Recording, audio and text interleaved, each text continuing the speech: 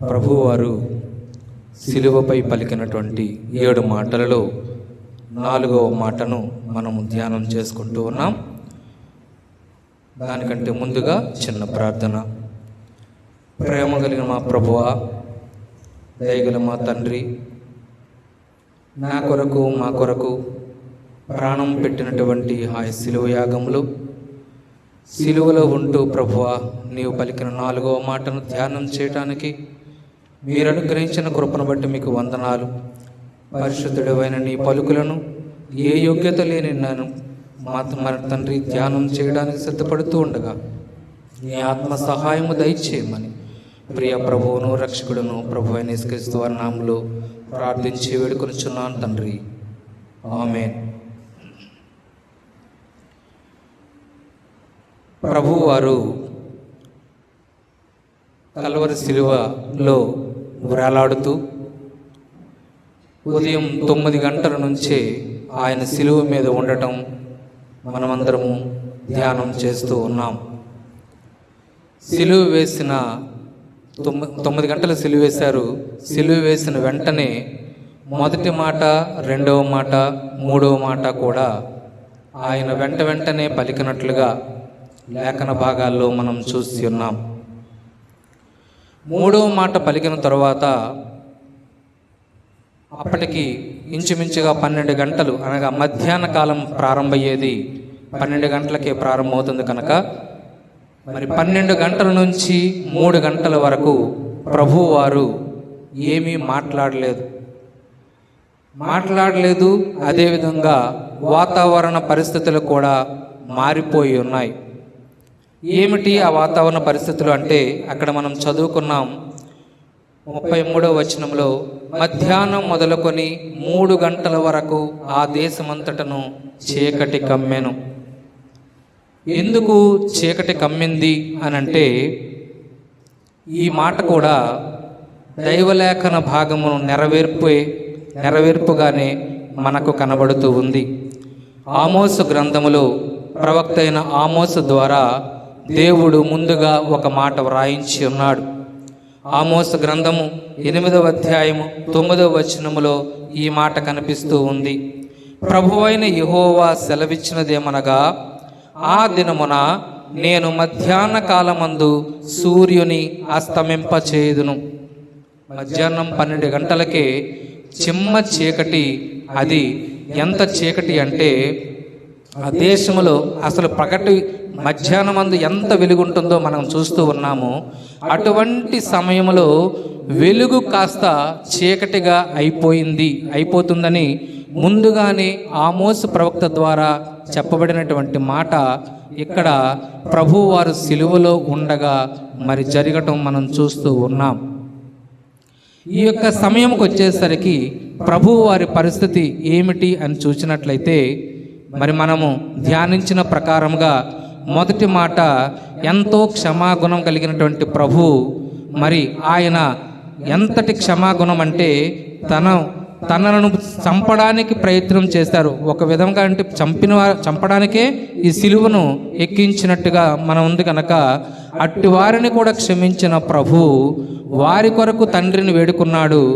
తరువాత నా యొద్దకు వచ్చిన వారిని ఎంత మాత్రము త్రోసివేయను అన్న మాటకు మరి బదులుగా ఆ సిలువలో ఉన్నటువంటి 2వ దొంగ అప్పటికప్పుడే క్షమాపణ అడిగితే వెంటనే ఆయన క్షమించి ఆయనకు పరదైసులో స్థానం ఇచ్చి ఉన్నాడు.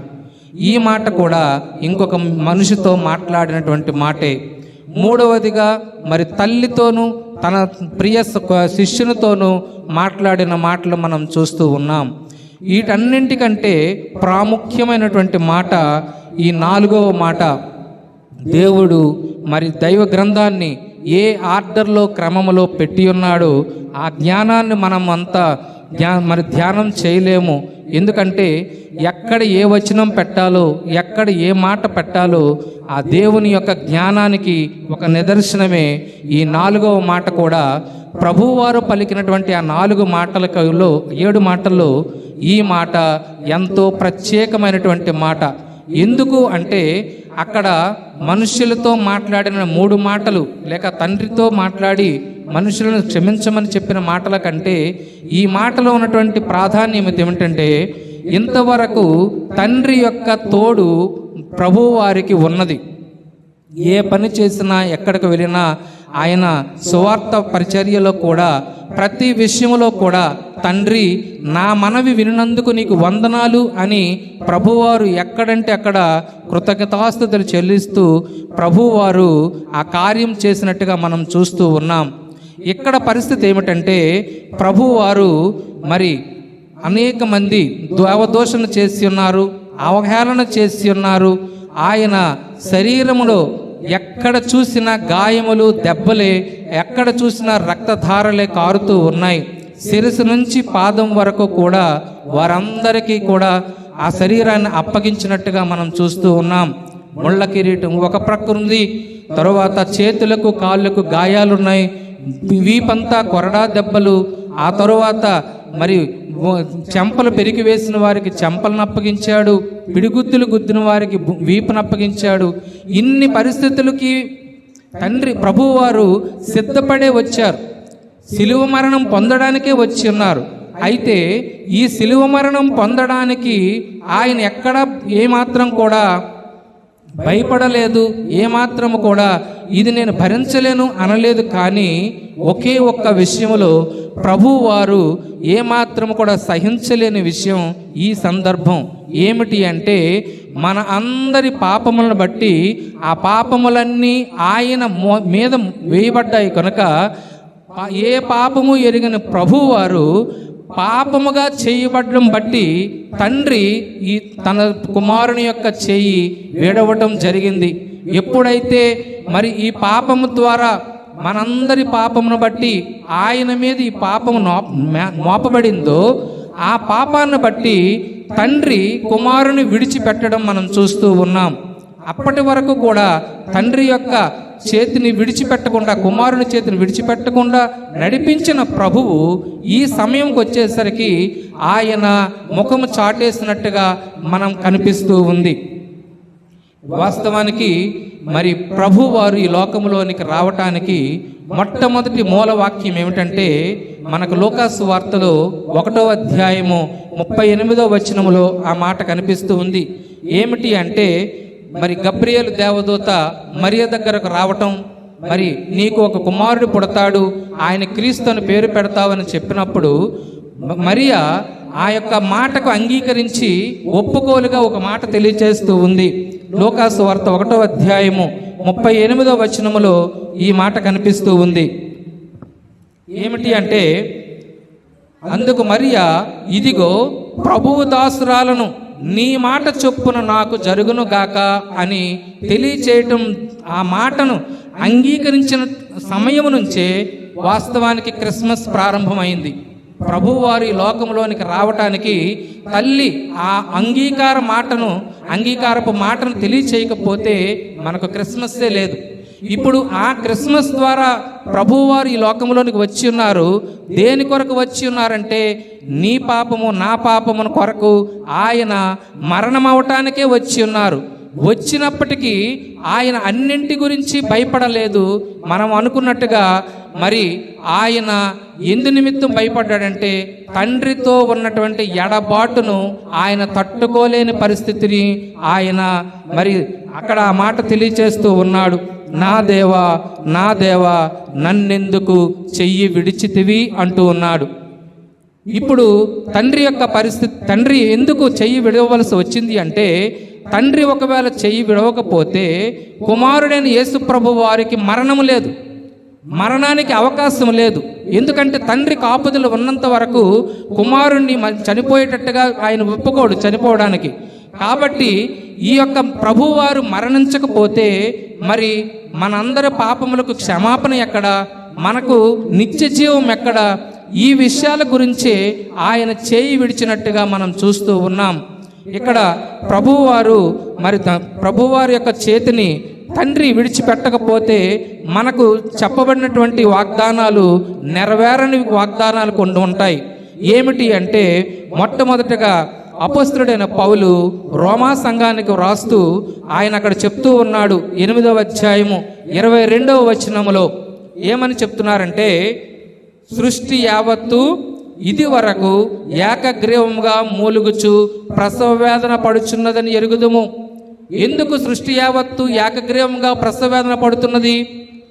అలనాడు ఆదాము ద్వారా సంక్రమించినటువంటి పాపమును బట్టి, ఆ పాపమును బట్టి శరీర రక్తమాంసాలను ధరించుకున్నటువంటి మానవుల యొక్క మూలుగులు, పాపముతో కూడినటువంటి ఈ మూలుగులను బట్టి సృష్టి అంతా కూడా ప్రసవ వేదన పడుచున్నట్టుగా మూలుగుతుంది.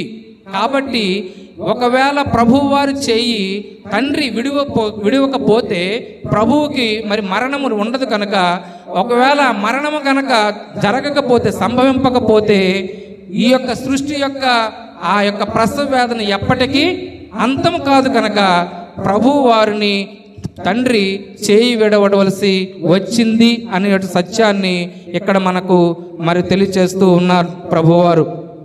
రెండవదిగా చూసినట్లయితే, మరి ప్రభువు వారిని కనుక తండ్రి చేయి విడవకపోతే మరి ఒక విషయము అది మనకు దూరం అయిపోతుంది. ఏమిటి అంటే, కొలస్సీలకు రాసిన పత్రిక 1వ అధ్యాయము 19 నుంచి 20 వచనాలలో ఈ మాటలు మనకు కనిపిస్తూ ఉన్నాయి. అపోస్తలుడైన పౌలు కొలస్సీ సంఘానికి వ్రాస్తూ 1వ అధ్యాయం 19, 20 వచనాలు ఈ విధంగా వ్రాయబడ్డాయి. ఆయన యందు సర్వ సంపూర్ణత నివసింపవలననియు ఆయన శిలువ రక్తము చేత సంధి చేసి ఆయన ద్వారా సమస్తమును, అవి భూలోకమందున్నవైనను పరలోకమందున్నవైనను వాటినన్నిటినీ ఆయన ద్వారా తనతో సమాధానపరుచుకొనవలననియు తండ్రి అభీష్టమాయను. మరి ఆదాము ద్వారా కోల్పోయిన సహవాసం బట్టి ఎంతవరకు వచ్చింది అంటే, తండ్రి అయిన దేవునితో మనకు సమాధానము లేదు, సహవాసము లేదు. ఈ సమాధానము లేని స్థితి, సహవాసము లేని స్థితి ఎక్కడి వరకు కొనసాగుతుంది? ఈ లోకం ఉన్నంత వరకు కొనసాగటం అన్నది మరి భరించలేని స్థితిలో ఉన్నప్పుడు తిరిగి మరలా అదే తండ్రితో మనము సమాధానపరచబడాలి. మన కొరకు ఆయన మరి ఆ యొక్క శిలువ రక్తము ద్వారా సమస్తమును ఏమేమిటంటే, ఒకవేళ భూలోకమందున్నవైనా పరలోకమందున్నవైనా వాటన్నింటినీ ఏకము చేసి మధ్యవర్తిగా వచ్చినటువంటి ప్రభువు ద్వారా మాత్రమే ఆ సమాధానం కలుగుతుంది అని తండ్రి యొక్క అభీష్టము అని ఇక్కడ పౌలు గారి ద్వారా దేవుడు మనకు తెలియజేస్తూ ఉన్నాడు. ఒకవేళ తండ్రి ప్రభు యొక్క చేతిని విడవకపోతే ఈ యొక్క సమాధానానికి మనము దూరస్థులం అయిపోతాం. అందుకే తండ్రి ప్రభు యొక్క చేయిని విడవవలసి వచ్చినది అని కొలస్సీలకు రాసిన పత్రికలో పౌలు గారు తెలియజేస్తూ ఉన్నారు. మూడవదిగా మనం చూసినట్లయితే, ఇంకా ప్రభువారు యొక్క చేతిని తండ్రి విడవకపోతే మనకు ఏమి నష్టం జరుగుతుంది అని అంటే, తెస్సలోనిక సంఘానికి రాసిన మొదటి పత్రికలో 5వ అధ్యాయములో 10వ వచనములో ఈ మాటలు మనకు కనిపిస్తూ ఉన్నాయి. తెస్సలోనిక సంఘానికి రాసిన మొదటి పత్రిక 5వ అధ్యాయము 10వ వచనము ద్వారా, మనము మేలుకొని ఉన్నను అనగా జీవిస్తూ ఉన్నా, నిద్రపోవచ్చున్నను అనగా మరణిస్తూ ఉన్నా, తనతో కూడా జీవించు నిమిత్తము ఆయన మన కొరకు మృతి పొందెను. ఇప్పటి వరకు చాలామంది ప్రభువునందు నిద్రించారు అని తెలియజేస్తూ ఉన్నారు. ఇప్పుడు మనము జీవముతో ప్రాణంతో ఉన్నాం. ఇంతవరకు మరణించిన వారి కొరకు, ఇప్పుడు జీవిస్తున్న వారి కొరకు అందరూ కూడా ఎక్కడ ఉండాలి అని ప్రభు తన యొక్క ఆలోచన అంటే, ఆయనతో పాటు మనము ఆ నిత్య జీవములో జీవిస్తూ ఉండాలి అన్నదే ప్రభువు యొక్క సంకల్పం, తండ్రి యొక్క సంకల్పము. కాబట్టి ఆయన తనతో కూడా జీవించు నిమిత్తము మనందరము కూడా ఆయన రక్షణలోనికి వచ్చి, ఆయన నిత్య జీవములోనికి ప్రవేశించి ఆయనతో జీవించాలి అంటే ఇక్కడ ప్రభు వారిని తండ్రి చేయి విడవలసి వచ్చింది. లేకపోతే మనకు ఈ యొక్క భాగ్యము దొరికేది కాదు అన్నటువంటి సత్యాన్ని వాక్యం ద్వారా మనం చూస్తూ ఉన్నాం. ఇంకా నాలుగవదిగా మనం చూసినట్లయితే, మొట్టమొదట మన అసలు సువార్తల భాగంలోనే ప్రభువైన యేసుక్రీస్తు వారే ఈ మాట మనకు తెలియజేసి ఉన్నారు. ఆ యొక్క వాగ్దానము దూరం కాకూడదు అన్నటువంటి సత్యం కొరకే ప్రభు వారి యొక్క చేయిని తండ్రి విడవలసి వచ్చినది. ఏమిటి అంటే యోహాను సువార్తలో 3వ అధ్యాయము 16వ వచనము అందరికీ తెలిసినటువంటి వాక్యమే. దేవుడు లోకమును ఎంతో ప్రేమించెను కాగా ఆయన తన అద్వితీయ కుమారునిగా పుట్టిన వారి యందు విశ్వాసముంచు ప్రతి వాడును నశింపక నిత్య జీవం పొందినట్లు ఆయనను అనుగ్రహించెను. ఒకవేళ తండ్రి ప్రభు యొక్క చేయి విడిచిపెట్టకపోతే ప్రభు ద్వారా మనకు ఆ పునరుద్ధానం అనేది మనకు రాదు. ఆ యొక్క నిత్య జీవంలోనికి ప్రవేశం అన్నది మనకు రాదు. ఇక్కడ చెప్పబడినటువంటి మాట ప్రకారంగా ఎవరు కూడా నశించిపోవడం ఇష్టం లేదు కనుక నిత్య జీవం ప్రతివారు పొందినట్లుగా ఆయనను మనకు అనుగ్రహించెను. మనుష్య కుమారునిగా ఈ లోకంలోనికి పంపించడం మాత్రమే కాదు, ఆ ఘోరమైనటువంటి శిలువ మరణాన్ని భరించడానికి సిద్ధం చేసి ప్రభు వారిని చివరకు ఆ యొక్క కల్వరి శిలువలో 4వ మాట సమయానికి తండ్రి ప్రభు యొక్క చేతిని విడిచిపెట్టిన ద్వారా మరి అక్కడ ఉన్నటువంటి ఆ పరిస్థితులు మారిపోయి ఉన్నాయి. ఎప్పుడైతే ఆ ఎడబాటుకు గుర్తుగా చీకటి అంధకారం కమ్మి ఉన్నది, ఈ యొక్క చీకటిని మొట్టమొదట ఇశ్రాయేలు ప్రజలు ఐగుప్తు దేశంలో ఉన్నప్పుడు, గోషెను దేశంలో ఉన్నప్పుడు ఐగుప్తు మీదకి ప్రభువారు దేవుడు పంపించినటువంటి తెగుల్లో ఒక సూచన 9వది ఏంటంటే ఐగుప్తీయులందరికీ కూడా వారి చేయి కూడా కనపంచినంత చీకటి కమ్మడం మనం చూస్తాం. నిర్గమాకాండంలో మనకు ఆ వాక్యం కనిపిస్తూ ఉంది. నిర్గమాకాండంలో ఆ మాట మనకు కనిపిస్తూ ఉంది. అయితే అటువంటి చీకటి ఇక్కడ మరలా ప్రభువారి యొక్క శిలువ సమయంలో మనకు చూస్తూ ఉన్నాం. ఈ చీకటి కమ్మడం మాత్రమే కాదు, ఆ తర్వాత ఏమి జరిగిందో మనకు ఆ వచనాల్లో ఉన్నాయి. అక్కడ ప్రభువారు మరి ఆ యొక్క శిలువలో ఉన్నప్పుడు మరి బండలు బద్దలయ్యాయి, భూకంపాలు కలిగాయి. ఇవన్నీ కలగడానికి కారణం ఏమిటంటే ప్రభు వారిని తండ్రి యొక్క ఎడబాటును భరించలేక ప్రభువారు ఆ యొక్క మాట పలికి ఉన్నారు. సృష్టి అంతయు కూడా అది విలవిలలాడుతూ ఆ యొక్క తనకు మరి యొక్క ఆ సృష్టి యొక్క తన యొక్క బాధను కూడా తెలియజేసినట్టుగా అక్కడ మనం చూస్తూ ఉన్నాం. మరి మనం చెప్పుకున్నట్టు రీతిగా అక్కడ క్రిస్మస్కు ప్రారంభము ఆ యొక్క మరియమ్మ యొక్క అంగీకారం అయితే కారణమైతే ఇక్కడ ప్రభువు వారు తిరిగి మరణించాలి, పాతాళంలోనికి వెళ్ళి మరణాన్ని ఆయన జయించాలి, తిరిగి 3వ దినమును మృత్యుంజయుడిగా లేవాలి అంటే ఇక్కడ ప్రభువు వారు చేయి విడవటం తప్పలేదు కనుక అందువలననే ప్రభు వారిని దేవుడు చేయి విడవటం ద్వారా ఇక్కడ ఈ మాట ప్రభువారు ఎంతో బాధగా పలుకుతూ ఉన్నారు. లోకంలో ఒక మరి ఎక్కువగా చెప్పుకుంటూ ఉంటారు, సముద్రం యొక్క లోతెంతో తెలుసుకోవచ్చు కానీ ఇంకొక దానిని తెలుసుకోలేమని చెప్తూ ఉంటారు. కానీ చెప్పుకోవలసిన మాట అది కాదు. ఏమిటి అంటే సిలువ యొక్క లోతైనటువంటి ప్రేమ ఏమిటో, సిలువ యొక్క ఎత్తెంతో, సిలువ యొక్క వెడల్పెంతో తెలుసుకోగలిగితే ఈ లోకము ప్రభు వారిని మరి అనుసరించి ఆయనలోనికి మార్పు చెంది ఆయన నిత్య జీవంలోనికి చేరతారు. సిలువ యొక్క ప్రేమ తెలియటం అంటే ఎవరికి కూడా సాధ్యం కాదు. ఏ మాట కూడా ప్రభువారు రాయించిన మాటలు అర్థం చేసుకోగలుగుతామేమో కానీ ఈ యొక్క ఎడబాటు యొక్క ఆ యొక్క బాధ ఏంటో, ప్రభువారి యొక్క బాధ ఏమిటో మనకెవరికీ తెలియదు. సిలువ యొక్క ప్రేమ ఏమిటో తెలియాలి అంటే సిలువకు దగ్గరగా రావాలి. సిలువ చెంత ఆ లోతు ఏంటో తెలుసుకోవాలంటే సిలువ దగ్గరకే రావాలి. అందుకే అపొస్తలుడైన పౌలు అంటూ ఉన్నాడు, నశించుచున్న వారికి సిలువను గూర్చిన వార్త వెర్రితనం కానీ రక్షించబడుచున్నటువంటి ప్రతి పాపికి దేవుని యొక్క శక్తి అని పౌలు ద్వారా తెలియజేయబడుతూ ఉన్నాం. ఎందుకు అంటే ప్రభువారు పడినటువంటి ఆ సిలువను పౌలు ఆ తరువాత బాధను అనుభవించినట్టుగా తన శరీరములో అనుభవించి రాసినటువంటి పత్రికలుగా మనకు తర్వాత రాసినటువంటి పత్రికలన్నీ కనబడతాయి. ఈ లోకములో పౌలు సౌలుగా ఉన్నప్పుడు ఎలాంటి క్రూరమైనటువంటి జీవితం జీవించాడో ఇప్పుడు కూడా దేశంలోనూ రాష్ట్రాల్లోనూ అనేక మంది సౌలులు బయలుదేరారు. ఈ సౌలులందరూ కూడా మరి పౌలుగా మారగలిగినటువంటి ఆ గడియ ఎక్కడ ఉంది అంటే కేవలం సిలువ దగ్గర మాత్రమే ఉంది. ఆ సిలువ దగ్గర మీరు నేను ప్రార్థించినట్లయితే ఖచ్చితంగా ఈనాడు సౌలు వలె తిరుగుతున్న ప్రతి వారు కూడా పౌలుగా మారి తిరిగి ప్రభువును ప్రకటించగలుగుతారు అన్న సత్యాన్ని ఈ సమయంలో మనం నేర్చుకుంటూ ఉన్నాం. ఇట్టి అవకాశం ఇచ్చినటువంటి దైవజనులకు, సంఘానికి నా యొక్క ప్రత్యేక వందనాలు తెలియజేస్తూ ఈ మాటలను నేను ముగిస్తూ ఉన్నాను.